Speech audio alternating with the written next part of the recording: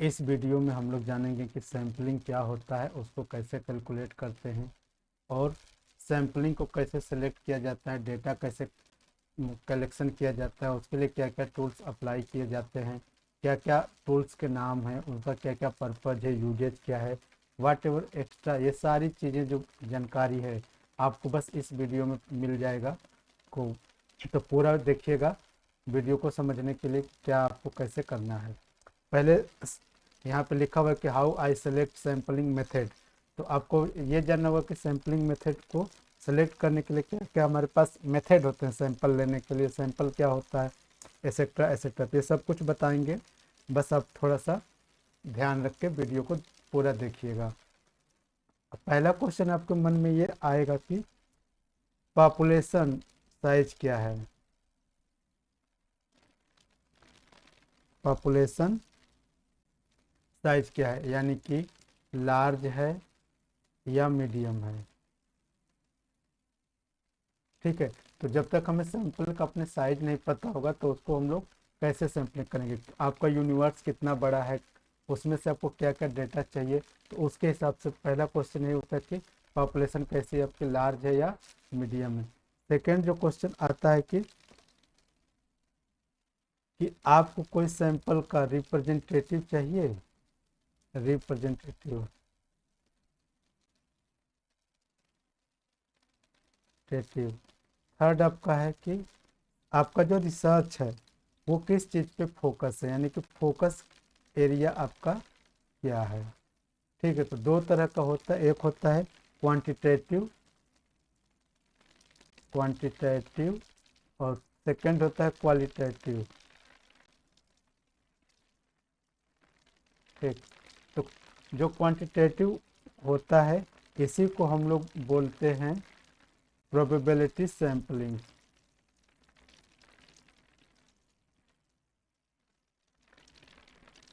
Sampling और जो ये एरिया होता है इसको बोलते हैं non probability sample.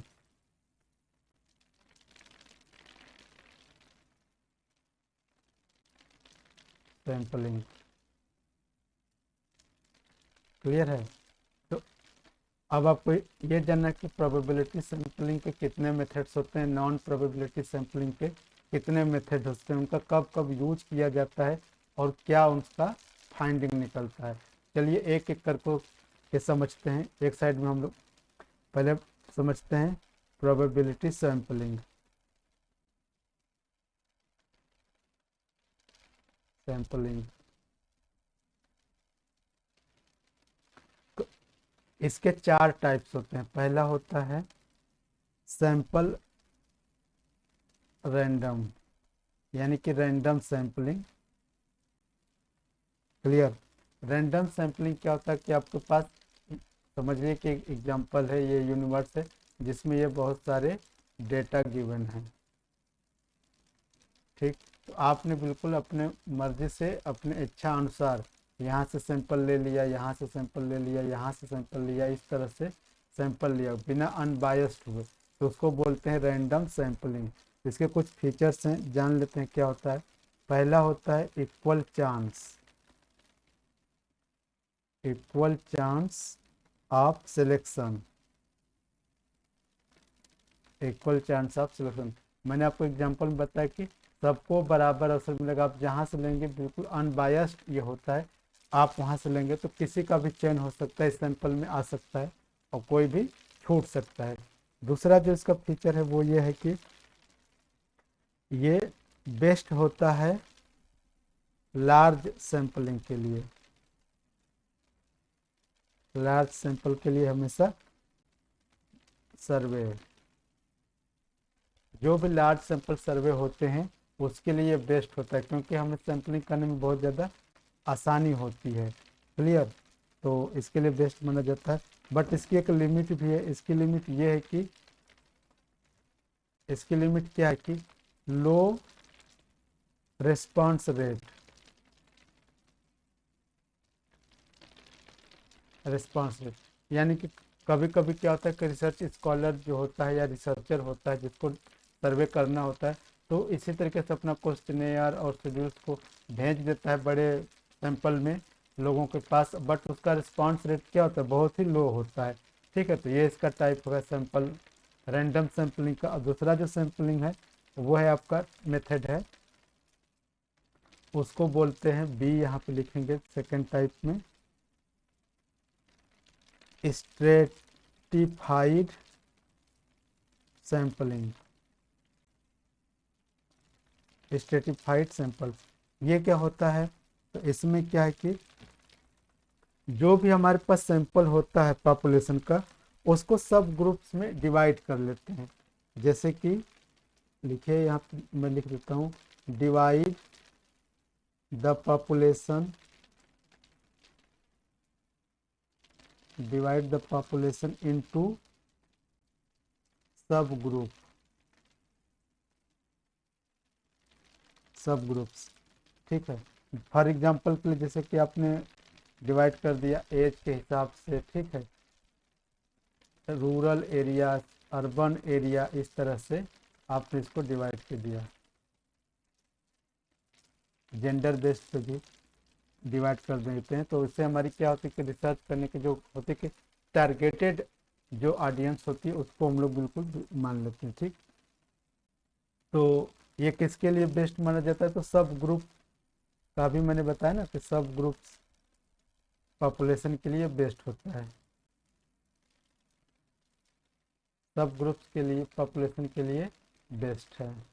For example अगर आपको किसी कॉलेज में के बच्चों का ही सर्वे करना है, उन बच्चों में भी आपको केवल गर्ल्स का करना है, तो गर्ल्स करने के लिए आपको केवल सिर्फ उसको सब ग्रुप में डिवाइड कर लेंगे क्लास वाइज। अगर बॉयज़ का करना है तो बॉयज़ को डिवाइड कर लेंगे। इसी में अगर आपको रूरल एरिया के जो बच्चे हैं उनका कुछ आपको चेक करना है तो रूरल एरिया के बच्चों को भी हम लोग टारगेट करेंगे। वहीं अगर अर्बन एरिया के बच्चे हैं उनके लिए कुछ करना है सर्वे, तो उसके लिए हम लोग सब ग्रुप्स में डिवाइड कर लेंगे। इसके अलावा आप एज के हिसाब से भी कैटेगराइज कर सकते हैं कि हमें 15 से 20 साल के एज ग्रुप के जो भी लोग हैं उन्हीं के बारे में सर्वे करना है। तो ये कंपनियाँ ज़्यादातर जो टारगेटेड होती हैं इसी मेथड को अडॉप्ट करती हैं। नेक्स्ट आपका जिसके लिए क्या है, इसकी लिमिटेशंस क्या है, इस स्ट्रेटिफाइड सैंपल के लिमिट्स क्या हैं, तो लिमिट्स जिसकी कुछ हैं। पहला जो लिमिट है इसका ये क्या है कि ये बहुत ज़्यादा क्या है, कॉम्प्लेक्स है, बहुत जटिल है, लोगों को कम समझ में आता है। और दूसरा जो इसका सबसे बड़ा प्रॉब्लम है कि ये टाइम टेकिंग है, टाइम इंटेंसिव है। ठीक है, टाइम इंटेंसिव है, मतलब इसमें बहुत टाइम लगता है इसको करने के लिए। ये इसकी कुछ प्रॉब्लम्स हैं। नेक्स्ट आइए आपको बताते हैं कि क्या मेथड है। तो नेक्स्ट जो सैंपल का सर्वे है थर्ड वाला, जिसको हम लोग सी कर रहे हैं, ABC, तो उसमें है क्लस्टर सैंपलिंग। क्लस्टर सैंपलिंग क्या होता है, क्लस्टर सैंपलिंग, तो जब किसी भी पॉपुलेशन को, जो हमारी पॉपुलेशन पे सर्वे है करना है हमें, पॉपुलेशन को डिवाइड करते हैं इसके ज्योग्राफिकल बेस को मान करके। किसको बेस मानते हैं, ज्योग्राफी के।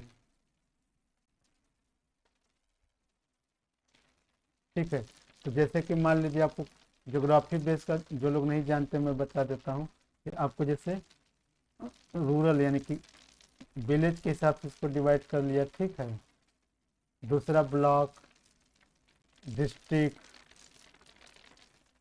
अब अगर आपने किसी खास विलेज को लिया है तो उसमें जो भी पर्सन आ रहे हैं उन सब के बारे में बात कीजिए। अगर उस ब्लॉक को ले रहे हैं तो ब्लॉक को करेंगे, अगर पूरा का पूरा डिस्ट्रिक्ट ले लिया है तो डिस्ट्रिक्ट को करेंगे। इस तरह से हम पॉपुलेशन को डिवाइड कर लेते हैं कि हमें किस डिस्ट्रिक्ट का क्या क्या सर्वे करना है। क्लियर है, तो रिसर्च करनी है। ठीक, तो ये किसके लिए होता है कि जहाँ पे डिस्पैरिटी होता है ज्योग्राफी को लेकर के, ज्योग्राफी बेस्ड होता है, उसके लिए यहाँ पे किया जाता है कि कहाँ पे क्या है। तो ये वहाँ के लिए क्या है, बेस्ट है। कि अगर आपको सिर्फ हिल एरिया के सर्वे करने लोगों के बारे में, उनकी किसी भी चीज़ को लेके क्या राय है, कैसे वो लोग करते हैं, तो उसके लिए डिस्पैरिटी ज्योग्राफी को बेस्ट मानते हैं। ठीक, इसके लिमिट्स बट हैं कुछ, वेरिएबिलिटी होता है विद इन क्लस्टर, हर क्लस्टर जो variability within cluster. Suppose करिए कि आपने किसी एक डिस्ट्रिक्ट को ले लिया, 5 डिस्ट्रिक्ट को किसी राज्य में डिवाइड कर रखा है इस क्लस्टर सैंपलिंग को निकालने के लिए, तो उसमें क्या है कि हर डिस्ट्रिक्ट में आपको थोड़ा बहुत क्या होता है वेरिएबल हो जाएगा सैंपल, तो इससे थोड़ा थोड़ा इसकी ये क्या है लिमिट है। नेक्स्ट आपका जो इसी में आता है चौथा प्रोबेबिलिटी सैंपलिंग में, उसको बोलते हैं systematic sampling. Systematic sampling, systematic sampling क्या होता है, तो सिस्टमेटिक सैंपलिंग में बहुत लंबा होता है, एंड तक जाते हैं कि जैसे कि select every nth sorry nth participation in the list. ठीक है, और किसके लिए बेस्ट होता है ये, तो ऑर्डर्ड डेटा के लिए होता है, बेस्ट फॉर ऑर्डर्ड डेटा। ठीक है, कि अगर आपको पास कोई ऑर्डर में डेटा दिया है अल्फ़ाबेट के हिसाब से या एज के हिसाब से या रूरल एरिया के हिसाब से, अर्बन एरिया के हिसाब से, तो उसके लिए क्या ये बेस्ट है। बट इसका लिमिटेशन है कि इसका एक हिडन पैटर्न होता है, हिडन पैटर्न्स होता है, और ये हमेशा क्या होता है बायस होने की पॉसिबिलिटी ज़्यादा होती है। सपोज करिए कि किसी पैटर्न में डेटा है जो कि हिडन है, वो उसको रिसर्चर ही समझ पा रहा है कि क्या उसका पैटर्न है, तो वो बायस्ड भी हो सकता है। ठीक है, अगर बायस हो गया तो उसकी जो रिसर्च है वो भी क्लियर रिजल्ट नहीं दिखाएगी और उसमें भी कुछ न कुछ कमियां निकल जाएंगी, ओरिजिनल जो चाहिए होता है रिजल्ट वो नहीं मिल पाएगा। नेक्स्ट आपका जो मेथड है सैम्पलिंग का, उसको हम लोग बोलते हैं नॉन प्रोबेबिलिटी सैम्पलिंग। पहला इसमें भी 4 है। पहला है convenience,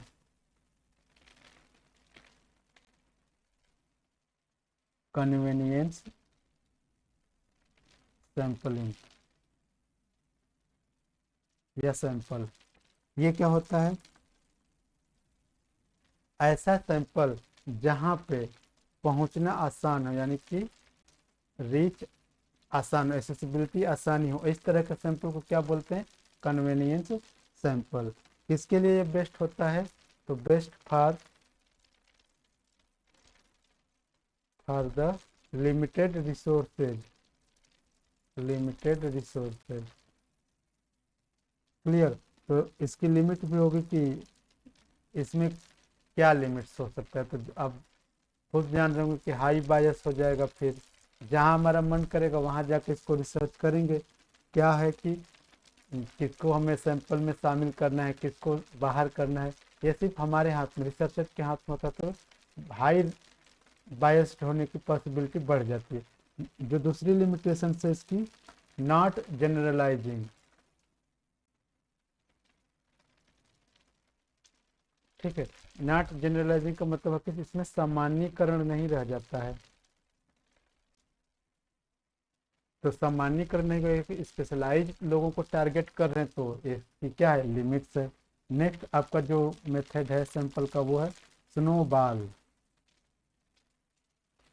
snowball sample method. Snowball sample method क्या होता है, ठीक है, स्नोबॉल सैंपल मेथड का मतलब होता है कि जो हमारे इनिशियल पार्टिसिपेंट होते हैं, इनिशियल पार्टिसिपेंट हैं,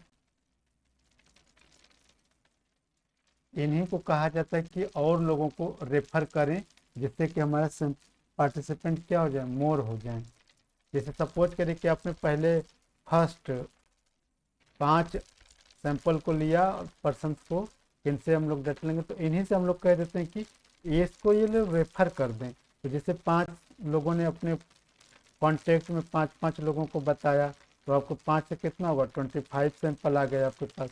फिर ये लोग आगे इसको बढ़ाए, तो इस तरह से ये बढ़ता चला जाता है। नेक्स्ट क्या होता है, कैसे इसको बेस्ट क्या है, इसका कहाँ पे यूज होता है, तो best for hidden population.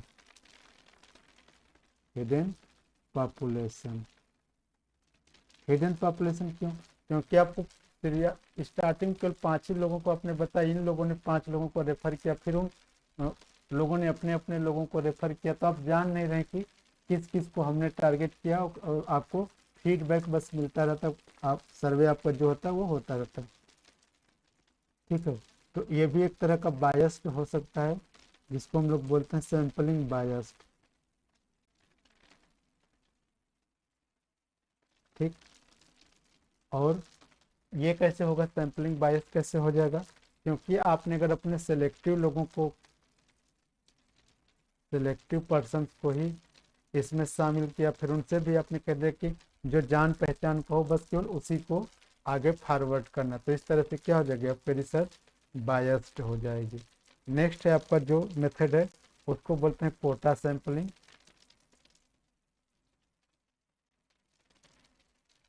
Kota sample ये क्या होता है कि एक, जैसे मान लीजिए कि कोई यूनिवर्स है, ठीक है, तो हमने सेट कर रखा है 5 शहरों में ये बंटा हुआ है, पर 1 2 3 4 4 शहरों सिटी में, तो हम एक कोटा फिक्स लेके हर सिटी से केवल 10 ही सैंपल लेंगे। ठीक है, फिक्स है, कुछ भी हो जाए 10 ही लेंगे। टोटल आपका सैंपल जो आपकी स्टडी के लिए सैंपल चाहिए वो 40 चाहिए, तो आपने फिक्स कर दिया कि इन चारों एरियाओं से बस हम 10 ही सैंपल लेंगे। इस तरह के सैंपल को क्या बोलते हैं, कोटा सैंपलिंग। और ये कहाँ पे बेस्ट होता है, बेस्ट फॉर मार्केट रिसर्च। ये मार्केट रिसर्च के लिए बेस्ट होता है कि आपका कम समय में जिसको हम टारगेट कह लेते हैं उसमें हो जाता है। और ये लिमिट इसका क्या है, कि लिमिट इसकी है कि नॉन रैंडम बायस हो जाता है, नॉन रैंडम बायस। ठीक है, नेक्स्ट आपका जो है मेथड वो है परपोजिव सैंपल, डी परपोजिव सैंपल।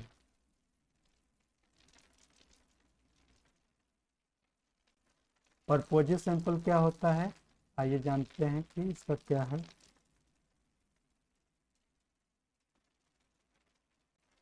तो परपोजिव सैंपल का मतलब कि जो रिसर्चर होता है वही जो है पार्टिसिपेंट को बेस्ट मान करके, उनके एक्सपर्टाइज को बेस्ट मान करके, उनके या फिर क्वालिटी गुड हो गए कोई, उसको बेस्ट मान करके पिक करता है। ठीक है, बेस्ट कहाँ पे है कि अगर आपको कोई स्पेसिफिक सैंपल बेस्ड रिसर्च करना है, कि हम जान, अगर मान लीजिए कि हमें करना है कि जो कोलगेट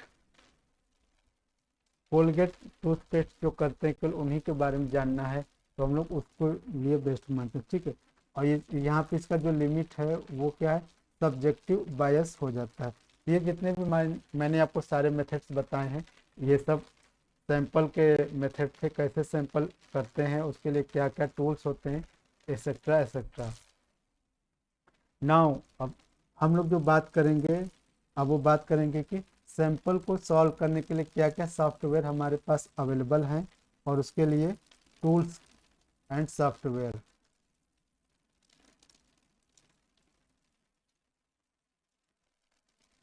टूल्स एंड सॉफ्टवेयर क्या क्या अवेलेबल है रिसर्च करने के लिए। ठीक है, तो ये हम लोग अब बात करते हैं टूल्स एंड सॉफ्टवेयर।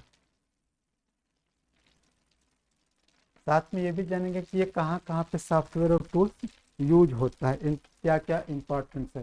ठीक है, तो हमें बेटर समझ में आ जाएगा। Tools and software for sampling. ठीक,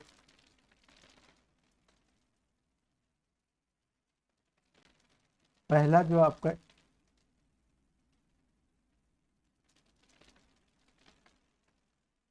फर्स्ट जो हम लोगों का है मेथड है, जो सॉफ्टवेयर है उसको बोलते हैं SPSS। SPSS ये कहाँ पे यूज होता है? तो for generating random sample,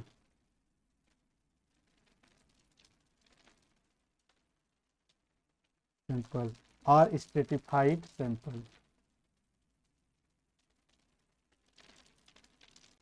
stratified samples में यूज होता है। SPSS का फुल फॉर्म होता है scientific package of social science. Scientific package of social science, या फिर कहीं कहीं पे statistical sample of social science लिखा। दूसरा है ROR पाइथन। पाइथन ये कहाँ पे होता है? Automated sampling in large, automated sampling in large data sets, वहाँ पे इसको यूज करते हैं। नेक्स्ट जो आपका है NVivo। NVivo ये कहाँ पे यूज होता है? ये managing for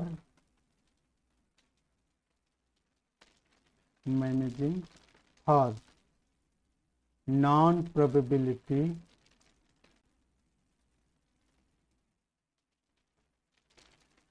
probability samples,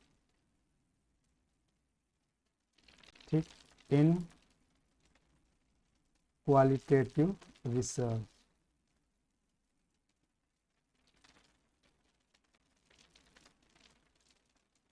clear? इस तरह से यहाँ पे यूज करते हैं। नेक्स्ट जो आपका टूल्स है वो है क्वाल्ट्रिक्स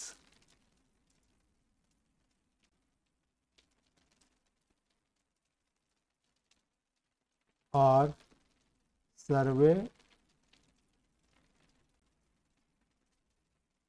मंकी। ठीक है, इसको कहाँ पे करते हैं यूज? रैंडम सैंपलिंग में यूज करते हैं।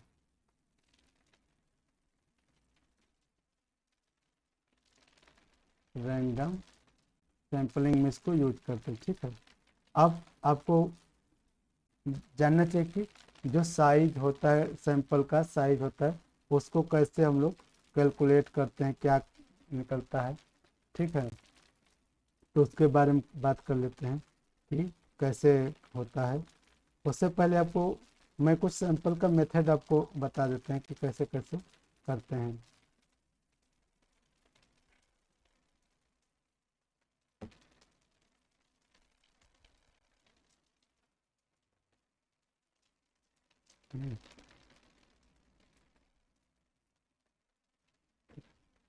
आइए कुछ एक्स्ट्रा चीज जानते हैं कि कौन सा टूल्स कब यूज होता है इसी में, उसके लिए जानकारी है। तो पहला जो टॉपिक है वो है finding research gap. Research gap find करने के लिए जो AI टूल्स हैं वो कौन सा है? तो हम लोग अब उसकी बात करें कि AI टूल्स कौन कौन सा रिसर्च में यूज कर सकते हैं। तो पहला है अवेक्सना। अवेक्सना AI टूल्स है जो रिसर्च गैप को फाइंड करने में हेल्प करता है। नेक्स्ट है आपका रिसर्च किक। थर्ड है आपका साई स्पेस। ये 3 टूल्स हैं जो AI टूल्स हैं जो आपको रिसर्च गैप को फाइंड करने में हेल्प करते हैं। नेक्स्ट आपका लिटरेचर रिव्यू। लिटरेचर रिव्यू इसके लिए क्या क्या AI टूल्स हैं? पहला स्कॉलरसी।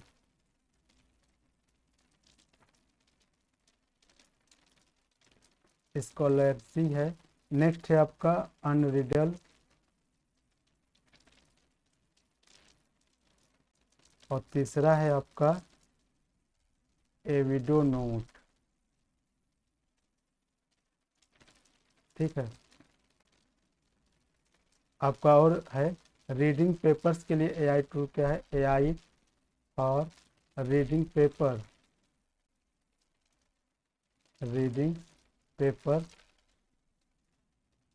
इसके लिए जो एआई टूल्स हैं वो मैं आपको बता देता हूँ। पहला है, नहीं सॉरी, जो रीडिंग पेपर्स के लिए टूल्स हैं एआई ये हैं, और लिटरेचर रिव्यू का मैं अब नीचे बता देता हूँ, गलती से भूल गया। लिटरेचर रिव्यू के लिए पहला जो टूल्स है वो कंसेंसस, कंसेंसस। सेकेंड है आपका लिटमैप्स,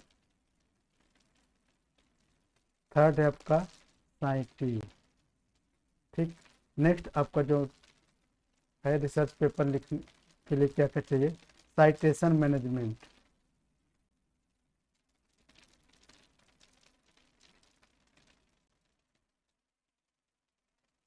साइटेशन मैनेजमेंट के लिए जो टूल्स हैं एआई वो क्या है, पहला है तो जोटेरो, जोटेरो है। सेकंड है मेंडले, मेंडले है। थर्ड आपका है EndNote, clear. Writing and editing के लिए जो आपको एआई टूल्स अवेलेबल हैं हमारे पास, राइटिंग एंड एडिटिंग, इसके लिए एआई टूल्स हमारे पास क्या अवेलेबल है, पहला है पेपरपल, सेकंड है हमारा जेनी, थर्ड है हमारा योमो। ठीक, नेक्स्ट आपका ये डेटा एनालिसिस एंड विजुअलाइजेशन के लिए क्या टूल्स हैं, data analysis and visualisation,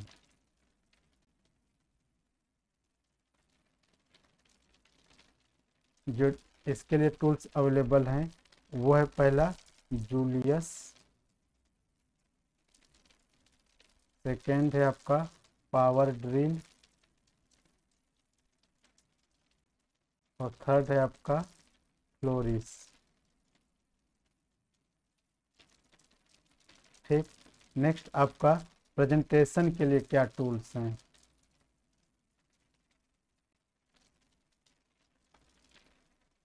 presentation के लिए जो टूल्स हैं हमारे पास वो हैं गामा, क्लियर। नेक्स्ट आपका है ऑक्सी, नेक्स्ट आपका है प्लस। ठीक, और लास्ट है हमारे पास सॉफ्टवेयर जो एआई के अवेलेबल हैं, उसको बोलते हैं डायग्राम एंड इलस्ट्रेशन के लिए। ठीक है, डायग्राम एंड इलस्ट्रेशन,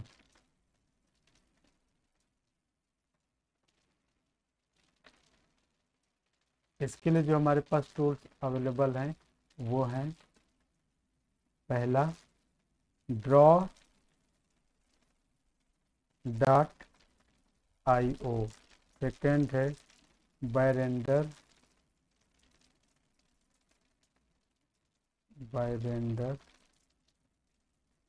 थर्ड है आपका जेमिक्स।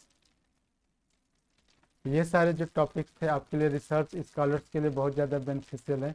नेक्स्ट टॉपिक में हम लोग मिलेंगे वीडियो में नेक्स्ट टॉपिक के साथ। थैंक यू सो मच, और इसको लाइक शेयर एंड सब्सक्राइब करना बिल्कुल भी मत भूलिएगा। Thank you so much for watching.